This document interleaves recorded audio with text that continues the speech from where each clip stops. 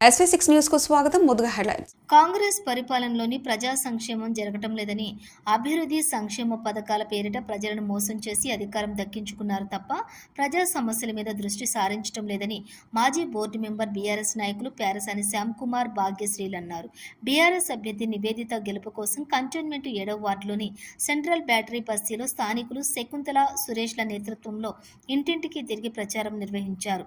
ఈ సందర్భంగా ప్యారసాని శ్యామ్ కుమార్ భాగ్యశ్రీలు మాట్లాడుతూ ప్రస్తుత రాష్ట్ర ప్రభుత్వం ప్రజా సంక్షేమాన్ని విస్తరించి కేవలం అధికారంతో కొనసాగుతున్నారని, కాంగ్రెస్ కు ఈసారి ఓట్లు వేయరాని, బీఆర్ఎస్ అభ్యర్థులకే అత్యధిక మెజారిటీ ఓట్లు వేసి ఎంపీ అభ్యర్థిగా రాగిడి లక్ష్మారెడ్డిని, ఎమ్మెల్యే అభ్యర్థిగా నివేదితను అత్యధిక మెజారిటీతో గెలిపించుకుంటారని వారు ఆశాభావాన్ని వ్యక్తం చేశారు.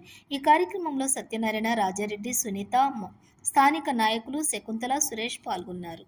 ఈరోజు సెంట్రపట్టిలో బీఆర్ఎస్ పార్టీ మన ఎమ్మెల్యే క్యాండిడేట్ అయిన లాస్య నివేదిత అమ్మగారికి మరియు మన ఎంపీ క్యాండిడేట్ అయిన లక్ష్మారెడ్డి అన్నగారికి ఇద్దరికి క్యాన్వాసింగ్ జరుగుతుంది.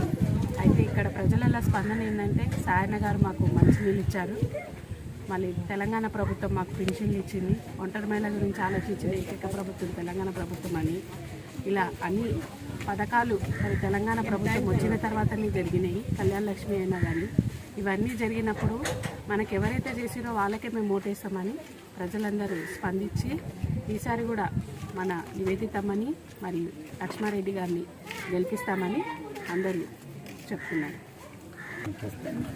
కాంగ్రెస్ ప్రభుత్వం వచ్చిన తర్వాత 6 పథకాలు అయితే ఇప్పటివరకు ఏవీ జరగలేదు. బస్సు పెట్టిరు, దాంట్లో కూడా ప్రజలు చాలా ప్రాబ్లమ్స్ అనుభవిస్తున్నారు. దానివల్ల ఇప్పుడు కాంగ్రెస్ ప్రభుత్వానికి మాత్రం ఎవరు మగ్గు చూపిస్తలేరు. తెలంగాణ ప్రభుత్వం వచ్చిన తర్వాతనే మేము 2000 పెన్షన్లు తీసుకున్నాము, కళ్యాణ లక్ష్మి తీసుకున్నాము, మా హెల్త్లు బాగాలేకపోతే ఇది ఇచ్చారు, కేసీఆర్ కిట్ ఇచ్చారు ప్రెగ్నెంట్ లేడీస్కి. ఇవన్నీ చేసిన ప్రభుత్వాన్ని మేము ఎలా మర్చిపోతాము? కారు గుర్తుకే ఓటేసి మేము నివేదితమని లక్ష్మారెడ్డిని గెలిపించుకుంటామని ప్రజల దగ్గర నుంచి అయితే స్పందన వస్తుంది. ఇవాళ సెంట్రల్ పార్టీలో క్యాన్వాసింగ్ నడుస్తున్నది. మా బీఆర్ఎస్ పార్టీ ఎంత మెజార్టీతో వస్తుందంటే అంత వస్తుంది. మా సాయన్న గారు చేసిన అభివృద్ధికి ఇలా ప్రజలందరూ సాయన్న గారితోనే ఈ అభివృద్ధి జరిగిందని వీళ్ళందరూ ప్రతి ఒక్క ఓటరు సాయన్న గారి పేరు తీసుకొని వీళ్ళందరూ బీఆర్ఎస్ పార్టీకి ఓటేరికి రెడీ ఉన్నారు. ఇంకోటి పబ్లిక్ అందరికీ మేము కోరేది ఏంటంటే, పాపం సాయన్న గారు ఎమ్మెల్యే ఉన్నప్పుడే చనిపోయారు. తర్వాత పాపం వాళ్ళ డాక్టర్కు లాసనందకు టికెట్ ఇచ్చారు. పాపం 3 నెలల్లో అకాల మరణం చెందింది.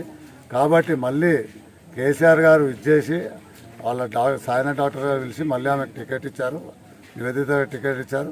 కాబట్టి ఆమెను మేము కంటోన్మెంట్లో భారీ మెజార్టీతోనే కంపల్సరీ గెలిపించుకుంటాం.